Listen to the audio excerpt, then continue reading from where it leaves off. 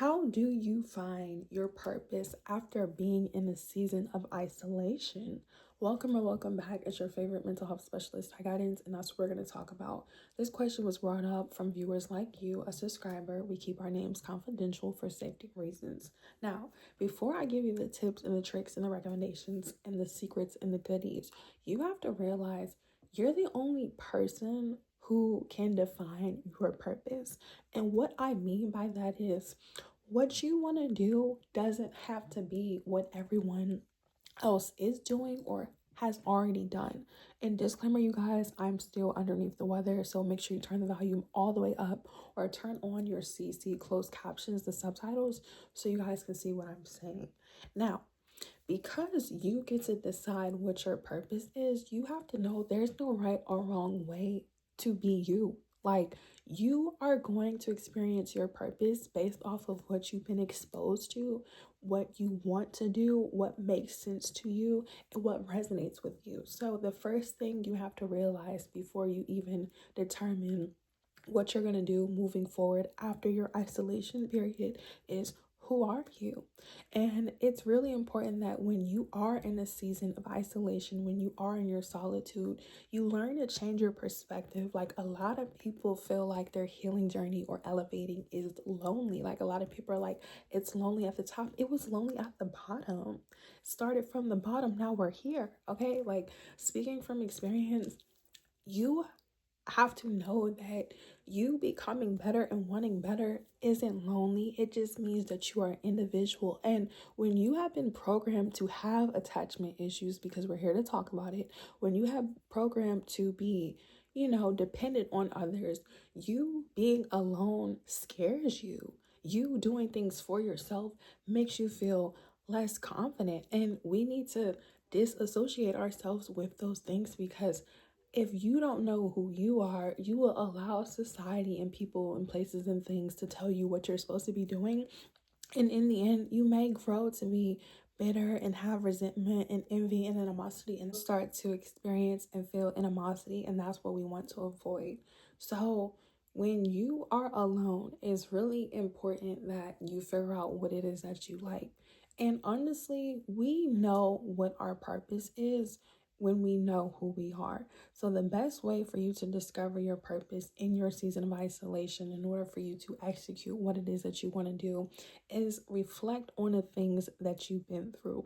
Now, of course, you're going to have ups and downs. Of course, you're going to go through good things. You're going to go through good and bad things, excuse me. The goal is to focus on all the good things. And the reason why it's important that you're focusing on the good things that's happened to you throughout your life is for you to realize what is compatible with you, what is relatable. When you focus on all the good things that you've experienced, you're able to identify and connect on emotional level, on the subconscious level, for you to realize the things that you like about yourself. Now, when you focus on all the things that you like about yourself and all the positive things, you could start working towards that. Our purpose is not a one size fit all. Your purpose could just be being happy. Your purpose could just be playing video games. Your purpose could just be being a mom. Your purpose could just be being into fashion. The things that you like to do are attracted in an alignment with what your purpose is, unless you decide to do something different.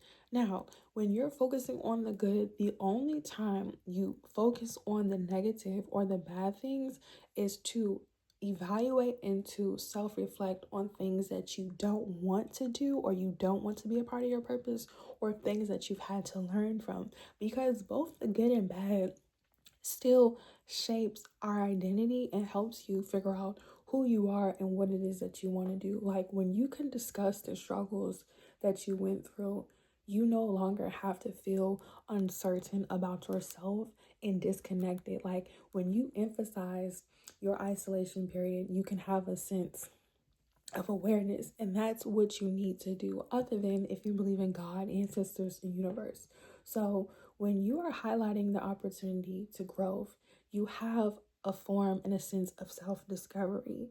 And it's really important that when you are in your season of isolation, you are not dwelling, but reflecting and just really just sitting with yourself. Like, your purpose can change.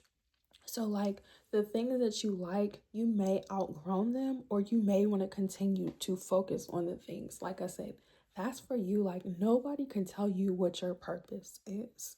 Nobody can say you have to do this in order for you, because that may not work for you, including myself. So always take resonates and leave the rest. Like, when it comes to your purpose, you have to know who you are. When you are aware of yourself, you know that, okay, you like to see people in videos like about mental health and motivation, that can be a part of your purpose, versus things that are going against it. Like, you get to determine what your purpose is. When you discover your core values, you're able, like I said, to identify what you can do, what you can start implementing.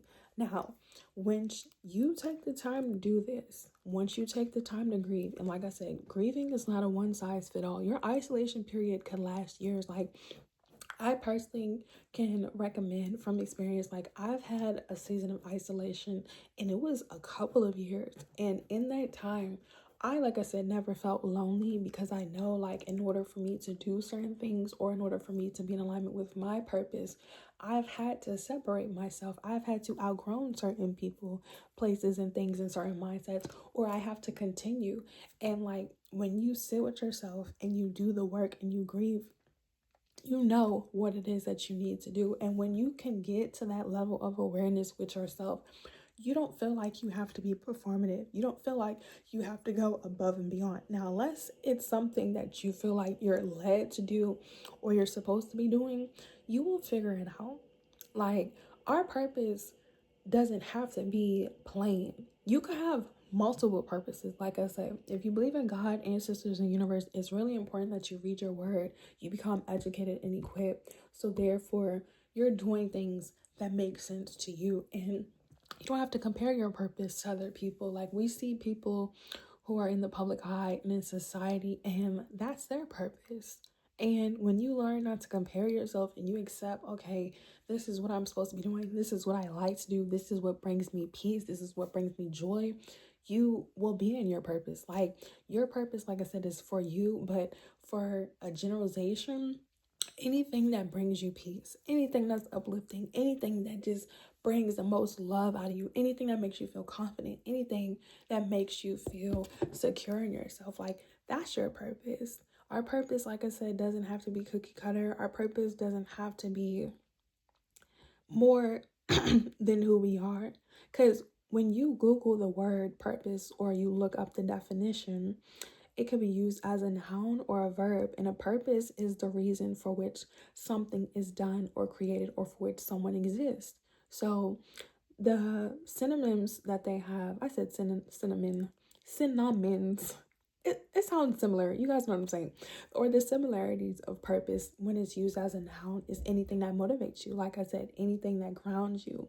A person's sense of determination. So a particular requirement or consideration. So when you're describing a purpose, when you're using it as a verb, it's something that you intend on doing, an objective, like you're doing it based off of your intuition.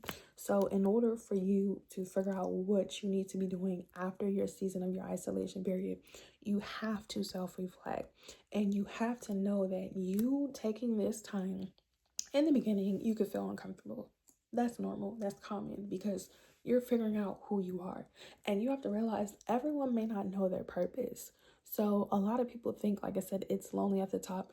You've always been alone.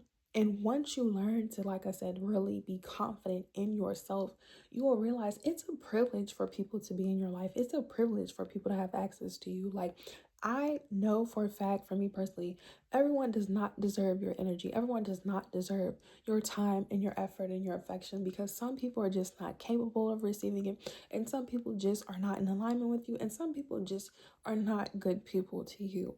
And you get to determine who's in your life and who's not when you're in your season of isolation and when you get out of your purpose.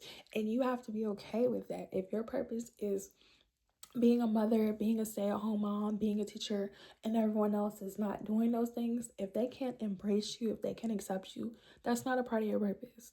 Nothing that is a part of your purpose is going to challenge you in a negative way. Nothing that's a part of your purpose is going to gaslight you, manipulate you, control you, make you feel less, belittle you. Nothing that is a part of your purpose is going to have you questioning yourself and doubting yourself. Like, finding your purpose is figuring out who you are.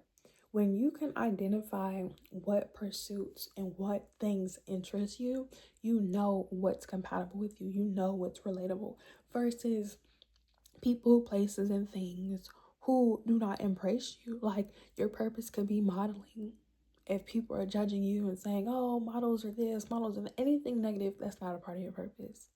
Anything that is a part of your purpose makes you feel good, because once again, when you read the definition, it's an intention of you doing something or creating something. Like, your purpose needs to have you motivated. So when you see this video, I challenge you guys to spend some time to yourself whenever you have the chance, and really get a pen and paper if you're not already taking notes, and writing down and journaling what it is that you like about yourself, or physically doing things that make you feel good. So if you like to cook, if you like to clean, if you like to shop, if you like to play sports, if you like to travel, do those things, because 99% of the time, 100% of the time, that's a part of your purpose, that's a part of your calling. So always take what resonates. Sorry you guys, I got a notification.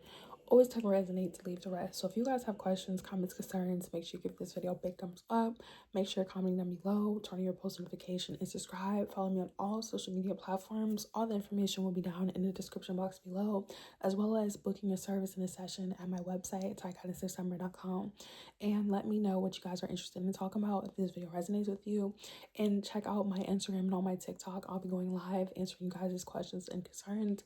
If you're not able to afford a session, let me know in the community section here on YouTube if you want to continue to make videos like this, or if you have anything specifically that I did not address. But until you figure out who you are, you're constantly going to be comparing yourself. You're constantly going to feel like you're not where you need to be. And once you learn to accept what it is that you are supposed to be doing, not what your mom says, not what your dad says, not what your family says, you will be able to step into your purpose. And when you take the time to really just accept yourself and be genuinely okay, you don't have to worry about doing things and performing and being around certain people, places, and things that are not for you. Because the people who are meant to be a part of your purpose, I know from experience, they love you unconditionally. And now, of course, nobody is going to love you how you love yourself, because nobody is you. But people who are part of your purpose are contributing into your life. All the people who are part of my purpose, where I'm at right now, are contributing into my life. Everybody else who was not meant to be a part of my purpose, these people are not going to be in your life for a long time. And you have to realize your circumstances do not define your future. So you could be here one day and be gone the next. So it's just like, really take your season of isolation important. Make sure you're very intentional about your time, your energy, what you're watching, what you're focusing on, who's pouring into you, who's taking away from you. And no, like I said, it doesn't have to be lonely. Learn how to be confident, learn how to trust yourself, learn to love yourself. Like, really genuinely build a relationship with yourself, so you know what you should be doing and what you shouldn't do. Until next time, thank you guys for watching. Love you. Bye.